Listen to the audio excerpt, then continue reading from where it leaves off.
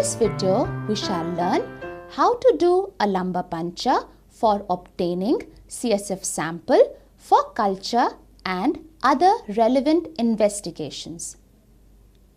Most of the steps which are done for CSF sampling are actually similar to blood culture.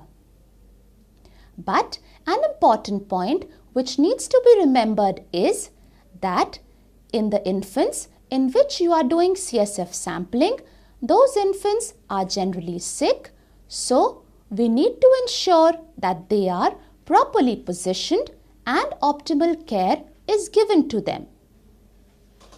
Ideally, all cases of CSF sampling should be done under expert guidance. Lumbar puncture is an invasive and skillful procedure. Thus, taking informed consent from the parents or guardian is very important. Requirements for the procedure are trolley, lumbar puncture tray containing cotton balls or gauze pieces, whole sheet or eye towel, 1 in number, 2 more towels, 2 bowls, 1 artery forceps, 3 sterile vials, 22 to 24 gauge spinal needle or disposable needles of 24 or 26 gauge, 2 in number, isopropyl alcohol as 70% solution, povidone iodine as 10% solution, sterile gown, mask and cap, 1 each, which has to be disposable, a pair of sterile gloves, vital signs monitor or pulse oximeter if available, resuscitation kit which should be checked before the procedure. It is preferable to have dedicated set of trays for the procedure of lumbar puncture in NICU, which have to be autoclaved before use. This not only makes the process simple and easy, but also ensures that sterility is maintained. For CSF sampling, we need 2 healthcare providers, 1 doctor and 1 nurse. The nurse should be well versed with the procedure.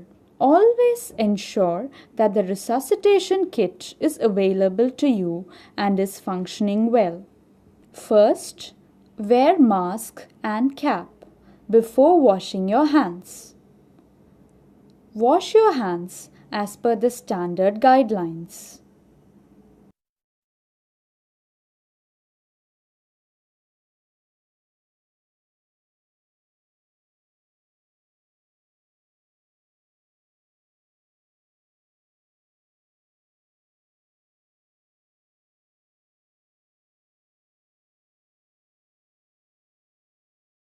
After hand washing, wear a sterile gown.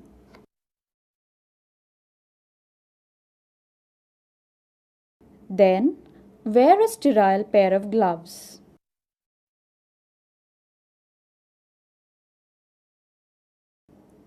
After the nurse has cut open the LP set, arrange the bowls and put cotton balls or gauze pieces into them.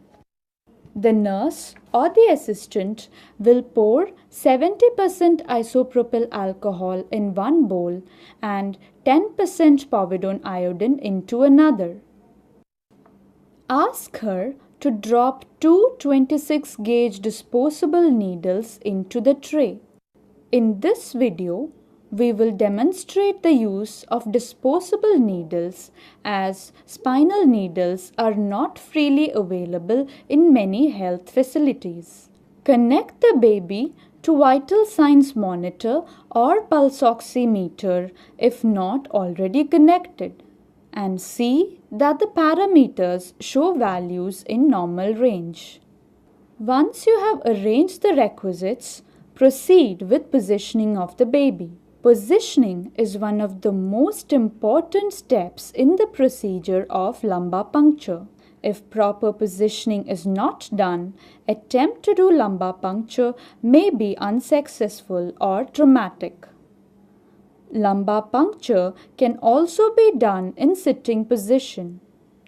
Here we describe the more commonly used supine position. First, turn the baby to one of the sides. Then gently apply pressure on the shoulders and the hips to bend the back and make the spine prominent. Flexing the hip to 90 degree only avoids undue abdominal compression. Take care to avoid direct flexion at the neck of the baby. After correctly positioning the baby, we come to the step of skin preparation. Apply isopropyl alcohol first, then povidone iodine, and finally isopropyl alcohol again. Apply them with friction.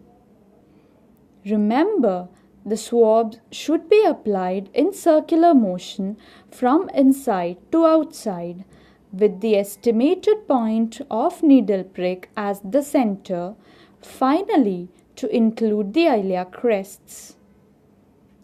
More importantly, ensure that each time you swab, you allow enough time for drying it in air before applying the next one.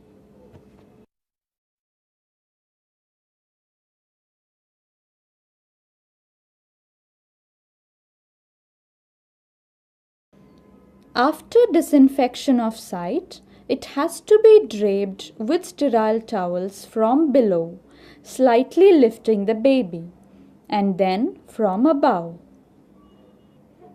Thereafter, cover the back with a sterile whole sheet or eye towel so that only the area identified now remains uncovered through the hole. Remember not to cover the face of the baby. Now, hold the 26 gauge disposable needle by its hub between the thumb and index finger of the dominant or right hand. Palpate to identify the exact site on the spine where needle is to be inserted. That is L4, L5 or L3, L4 intervertebral space. For preterm neonates, the lower interspace is preferred. Insert the needle held in the space identified just beside the left thumb, using the thumb as a guide for position. Advance the needle gently, aiming for the umbilicus, only so deep as CSF starts flowing out. You should also have an eye at the monitor or pulse oximeter, ensuring the baby is doing fine. Once CSF starts flowing out, it is collected in 3 sterile vials. One vial for cell count requires 0.5 milliliter of CSF. Other vials for biochemistry, that is sugar and protein level estimation, and culture each require 1 to 2 milliliter. Next, pick up a sterile gauze piece, apply it over the LP site just after removing the needle.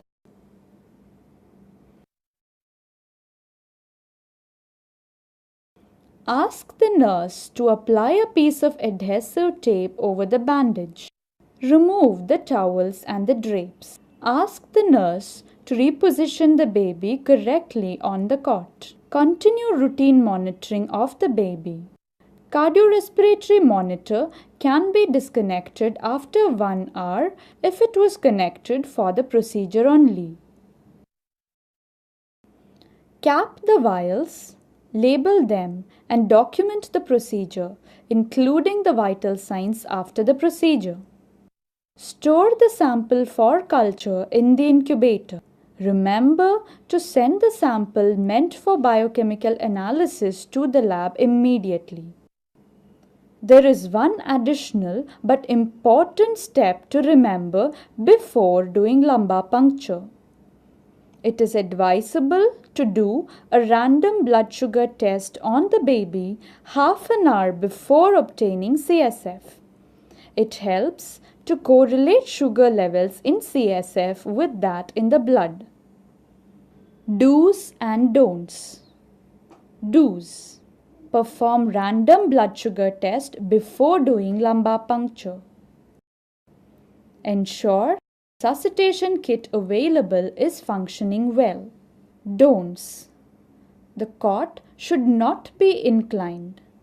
Do not flex the neck. Do not flex the hips beyond 90 degrees. Do not aspirate CSF with a syringe. Common issues. Dry tap. You may need to rotate the needle slightly to increase or initiate the flow. If you hit the bone, withdraw slightly, reposition and re-advance. If unsuccessful, repeat attempt in next interspace up or down, but never go above the L2, L3 interspace. Traumatic tap. If CSF is slightly blood-stained, collect in one more bottle and discard the first sample later. If grossly traumatic or blood-stained, abandon the procedure and repeat after 48 hours. Now, we have learned the important steps which need to be followed whenever you are doing CSF sampling in a neonatal intensive care unit. CSF sampling involves appropriate care and a considerable amount of expertise. To ensure optimal CSF sampling, you need to remember that all these steps have to be carefully and religiously followed. Thank you.